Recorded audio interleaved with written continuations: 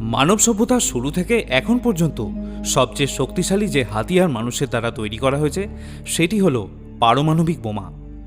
একটি পারমাণবিক বোমার দ্বারা নিমেষে একটি শহরকে তছনছ করে দেওয়া যায়, এমনকি লক্ষ লক্ষ মানুষকে সেকেন্ডের মধ্যে হত্যা করা যায়। জাপান এখনও পর্যন্ত এই ভয়াবহ হত্যাকাণ্ডকে প্রত্যক্ষ করেছে, যেখানে আজও সেই বোমার রেডিয়েশনের ফলে বিকলাঙ্গ শিশু জন্ম হয়। তবে আপনি জানলে অবাক হবেন যে এই বিধ্বংসী বোমাই সারা পৃথিবী জুড়ে শান্তির বার্তা ছড়িয়ে দিয়েছিল। দ্বিতীয় বিশ্বযুদ্ধের একদম শেষের দিকে এই বোমার আবিষ্কার হয়েছিল, আর এই বোমার ভয়াবহতাকে দেখে দ্বিতীয় বিশ্বযুদ্ধের পর আর কোনো দেশ এই পরমাণু বোমাকে হাতিয়ার হিসাবে ব্যবহার করেনি, কারণ তারা জানে যে এই বোমা ব্যবহার করলে মানবজাতি ধ্বংস হয়ে যাবে। এছাড়া আপনি কি জানেন যে আমেরিকার আগে হিটলার এই বোমা বানানোর চেষ্টা করেছিল? এখন প্রশ্ন হলো, কেন হিটলার এই বোমা বানাতে সফল হতে পারেনি, আর কিভাবে আমেরিকা এই ভয়াবহ বোমাকে আবিষ্কার করেছিল, তা সবই আপনাকে জানাবো। নমস্কার বন্ধুরা, সাইক্লোপিডিয়া চ্যানেলে আমি সুব্রত আছি আপনাদের সঙ্গে।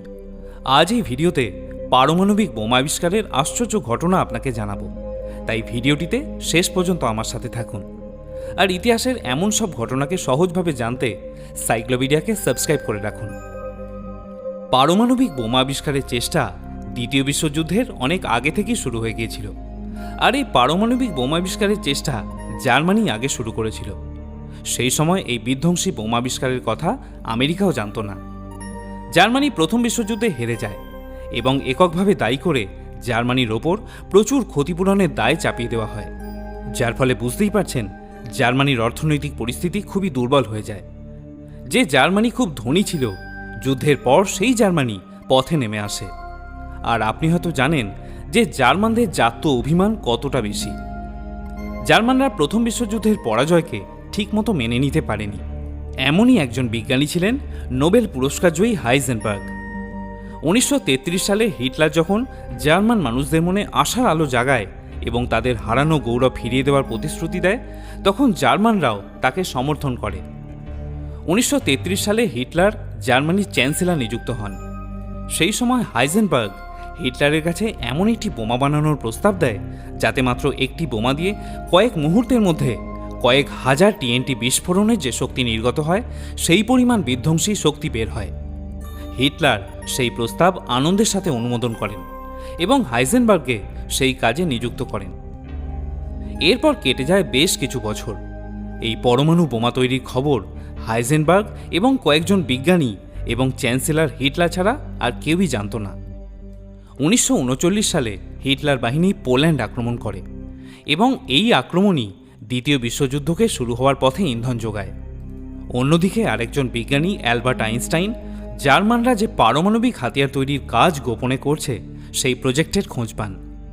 অ্যালবার্ট আইনস্টাইন আর দেরি না করে তৎকালীন আমেরিকান প্রেসিডেন্ট ফ্র্যাঙ্কলিন ডি রুজভেল্টকে এই হাতিয়ারের বিষয়ে লিখে জানান। তার সাথে তিনি এটাও জানান যে জার্মানরা যদি এই বোমা আগে বানিয়ে ফেলে, তাহলে জার্মানিকে যুদ্ধে হারানো এক প্রকার অসম্ভব হয়ে যাবে। সেই সময় অ্যালবার্ট আইনস্টাইনকে সারা বিশ্বে সবাই চিনত। ফ্র্যাঙ্কলিন রুজভেল্ট খুবই বিচক্ষণ ব্যক্তি ছিলেন। তিনি বুঝে যান যে আইনস্টাইন যখন বলছেন, তখন এই বিষয়টির গুরুত্ব খুবই বেশি। তারপর থেকেই আমেরিকা তাদের সবচেয়ে গোপন ল্যাবরেটরিতে এই বোমা নিয়ে গবেষণা শুরু করে দেয়। এই বোমা কোনো সাধারণ বোমা নয় যে তাতে আগুন ধরালে ব্লাস্ট করবে। এটি ছিল কেমিক্যাল ওয়েপন, যা বানানোর জন্য দরকার পদার্থবিজ্ঞানের উচ্চতর জ্ঞান। সেই সময় আমেরিকাতে অনেক বড় বড় সায়েন্টিস্ট ছিলেন। অ্যালবার্ট আইনস্টাইন নিজে দায়িত্ব নিয়ে সেই সব বিজ্ঞানীদের বিভিন্ন থিওরি দিয়ে সাহায্য করেছিলেন। তার সাথে আমেরিকা এটাও নজরে রাখছিল যে জার্মানির বিজ্ঞানী হাইজেনবার্গ যাতে এই বোমা আগে না বানিয়ে ফেলে। এই কারণে তারা সিআইএর গুপ্তচর নিযুক্ত করেছিল। তাদের নির্দেশ দেওয়া হয়েছিল যে যদি তাদের মনে হয় যে হাইজেনবার্গ বোমা বানাতে সফল হচ্ছেন, তাহলে তাকে যেন হত্যা করা হয়। তবে বোমা বানানোর পথে যে সাধারণ সমস্যাগুলি আসছিল, হাইজেনবার্গ সেগুলি সলভ করতে পারছিলেন না। তাছাড়া তার টিমে যে বাকি বিজ্ঞানীরা ছিলেন, তাদের এ বিষয়ে জ্ঞান খুবই সীমিত ছিল। হিটলার জার্মানির ইহুদিদের উপর যে অত্যাচার করেছিল, তা দেখে অনেক বিজ্ঞানী অনেক আগেই দেশ ছেড়ে পালিয়ে গিয়েছিল আমেরিকায়। 1942 সালে আমেরিকা পারমাণবিক বোমা আবিষ্কারের জন্য ম্যানহাটন প্রজেক্ট শুরু করে দেয়, যাতে প্রায় 1,30,000 মানুষ যুক্ত ছিল। তবে আশ্চর্যের বিষয় হলো এই প্রজেক্টে কাজ করা 99% মানুষই জানতো না যে তারা একটি কেমিক্যাল ওয়েপন তৈরির কাজ করছে। এই প্রজেক্টের পিছনে আমেরিকা সেই সময় প্রায় $2 বিলিয়ন খরচা করেছিল, যা বর্তমান মূল্যে দাঁড়ায় প্রায় $22 বিলিয়ন। এই প্রজেক্টের প্রধান ছিলেন বিজ্ঞানী ওপেনহাইমার। ওপেনহাইমার একটি ইন্টারভিউতে একবার উল্লেখ করেছিলেন যে তিনি ভগবত গীতা থেকে প্রচুরভাবে অনুপ্রাণিত হয়েছেন। I remembered the line from the Hindu scripture, the Bhagavad Gita, Vishnu, now I am become death, the destroyer of worlds. তিনি ভাগবত গীতা পড়ার জন্য সংস্কৃত শিখেছিলেন। সেই ইন্টারভিউয়ের ভিডিও লিংক আমি ডেসক্রিপশনে দিয়ে দিলাম, আপনি চাইলে সেটিও দেখে নিতে পারেন। দীর্ঘ 3 বছর ধরে ম্যানহাটন প্রজেক্টের ওপর কাজ করা হয়। অবশেষে 1945 সালের 16 জুন আমেরিকার বিজ্ঞানীরা একটি পরমাণু বোমা বানাতে সফল হয়। এই বোমাটি অন্যান্য বোমার থেকে একদম আলাদা ছিল। বোমার ভিতরে ছিল হাজার হাজার ইলেকট্রিক তার। তার মধ্যে একটি তারও যদি এদিক ওদিক হয়ে যেত তাহলে গোটা ম্যানহাটন প্রজেক্টটাই ফেল হয়ে যেত এবং সরাসরি $350 মিলিয়ন জ্বলে যেত। 1945 সালের 16 জুলাই ভোর 5:30টায় ট্রিনিটি নামের এই বোমটিকে পরীক্ষার জন্য ব্লাস্ট করা হয়। ব্লাস্টের জন্য বিজ্ঞানীরা নিউ মেক্সিকোর একটি মরুভূমিকে বেছে নিয়েছিল। যখন বোমাটির ব্লাস্ট হয় তখন বিজ্ঞানী ওপেনহাইমারের মুখ থেকে একটি সংস্কৃত শ্লোক বের হয়, যা ভগবত গীতায় লেখা আছে, যার অর্থ যখন আকাশে একসাথে 1000টি সূর্য বিস্ফারিত হবে এবং সেই বিস্ফোরণে যে আলো ও তেজ সৃষ্টি হবে তখন তুমি ঈশ্বরের শক্তিকে উপলব্ধি করতে পারবে। বন্ধুরা, এই বোমা বিস্ফোরণের ফলে যে পরিমাণ শক্তি উৎপন্ন হয়েছিল তা প্রায় 23,000টি TNT বিস্ফোরণের শক্তির সমান। আর এইভাবে পৃথিবীতে প্রথমবারের মতো পারমাণবিক বোমা আবিষ্কার হয়েছিল। এরপর আমেরিকা কি কি করেছিল তা আমরা সবাই জানি। হিটলারের শেষ ভরসা পারমাণবিক বোমা কখনোই সফল হয়নি।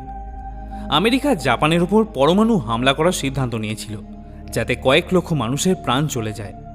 যদিও এই বোমা নিক্ষেপ নিয়ে অনেক বিজ্ঞানী আপত্তি জানিয়েছিলেন। তারা চাননি যে এমন বিধ্বংসী হাতিয়ার মানুষের বিরুদ্ধে ব্যবহার করা হোক, কারণ শুরুর দিকে আমেরিকান সরকার বলেছিল এটা শুধুমাত্র জার্মানি এবং জাপানকে ভয় দেখানোর জন্য বানানো হচ্ছে, যাতে তারা তাড়াতাড়ি আত্মসমর্পণ করে। তবে বিজ্ঞানীদের আপত্তিকে গুরুত্ব দেয়নি আমেরিকান সরকার। ধীরে ধীরে সোভিয়েত ইউনিয়ন অর্থাৎ Russia, Britain, China, France, north Korea, Pakistan, Bharat এইসব দেশের কাছেও পারমাণবিক হাতিয়ার চলে আসে। চলুন এবার দেখে নেওয়া যাক পারমাণবিক বোমা কিভাবে কাজ করে। এখানে পারমাণবিক বোমার বিষয়ে খুব সাধারণ তথ্যই আপনাদের জানাবো, কারণ ডিটেলে বললে ভিডিওটি অনেক বেশি বড় হয়ে যেতে পারে। আপনি হয়তো জানেন যে কোনো বস্তুকে যদি খুব ছোট ছোট করে ভাঙা হয় তাহলে সব শেষে যেটা পড়ে থাকে তাকে অ্যাটম বা পরমাণু বলে। কোটি কোটি পরমাণু দিয়ে একটি বস্তু গঠিত হয়। এবারে যদি এই পরমাণুগুলিকেও ভেঙে ফেলা যায় তাহলে প্রচুর পরিমাণে শক্তি উৎপন্ন হয়।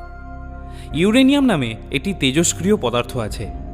এই মৌলের মধ্যে থাকা পরমাণুকে ভেঙে ফেলা খুবই সহজ। এই কারণে পারমাণবিক বোমা বানানোর জন্য ইউরেনিয়ামকে ব্যবহার করা হয়। যখন ইউরেনিয়ামের একটি পরমাণু ভেঙে যায় তখন প্রচুর পরিমাণে তাপ উৎপন্ন হয়। সেই হাই টেম্পারেচার অন্যান্য পরমাণুগুলিকেও ভাঙতে শুরু করে। এইভাবে একটি চেইন রিয়াকশন শুরু হয়ে যায়। এই চেইন রিয়াকশনকে যদি কন্ট্রোল করা না হয় তাহলে সেটি তখন নিউক্লিয়ার বোমার রূপ নেয়। আর যদি এই চেইন রিয়াকশনকে কন্ট্রোল করা যায়, অর্থাৎ পরমাণুর ভেঙে যাওয়াকে যদি আপনি আটকাতে পারেন, তাহলে এটি শক্তি দিয়ে বড় বড় শহরের বিদ্যুতের চাহিদা মেটানো যাবে।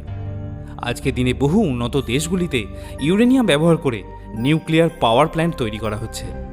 যেখানে 3 টন কয়লা পুড়িয়ে 1 মেগাওয়াট বিদ্যুৎ উৎপন্ন করা যায়, সেখানে মাত্র 1 কেজি ইউরেনিয়াম ব্যবহার করে সেই পরিমাণ শক্তি উৎপন্ন করা সম্ভব হয়। আবার যেখানে কয়লা থেকে তাপবিদ্যুৎ উৎপাদন পরিবেশের জন্য ক্ষতিকারক, কারণ কয়লা পোড়ালে প্রচুর পরিমাণে কার্বন ডাই অক্সাইড নির্গত হয়, সেখানে পারমাণবিক বিদ্যুৎ উৎপাদনে সেই বিপদ আর থাকে না। তাই বুঝতেই পারছেন বিজ্ঞানের এই ব্যবহার শুধু প্রাণ হত্যা নয়, মানুষের গঠনমূলক কাজেও ব্যবহার করা যায়। বন্ধুরা, এই ছিল পারমাণবিক বোমা আবিষ্কারের সংক্ষিপ্ত ইতিহাস। আপনার এই ভিডিওটি কেমন লেগেছে তা কমেন্টে অবশ্যই আমাকে জানাবেন। আর এরকম ইতিহাসভিত্তিক ঘটনাকে সহজভাবে জানার জন্য আমাদের এই চ্যানেল সাইক্লোপিডিয়াকে অবশ্যই সাবস্ক্রাইব করে রাখুন। আজ এ পর্যন্তই। আবার দেখা হবে নতুন কোনো ভিডিওতে নতুন কোনো টপিক নিয়ে। নমস্কার।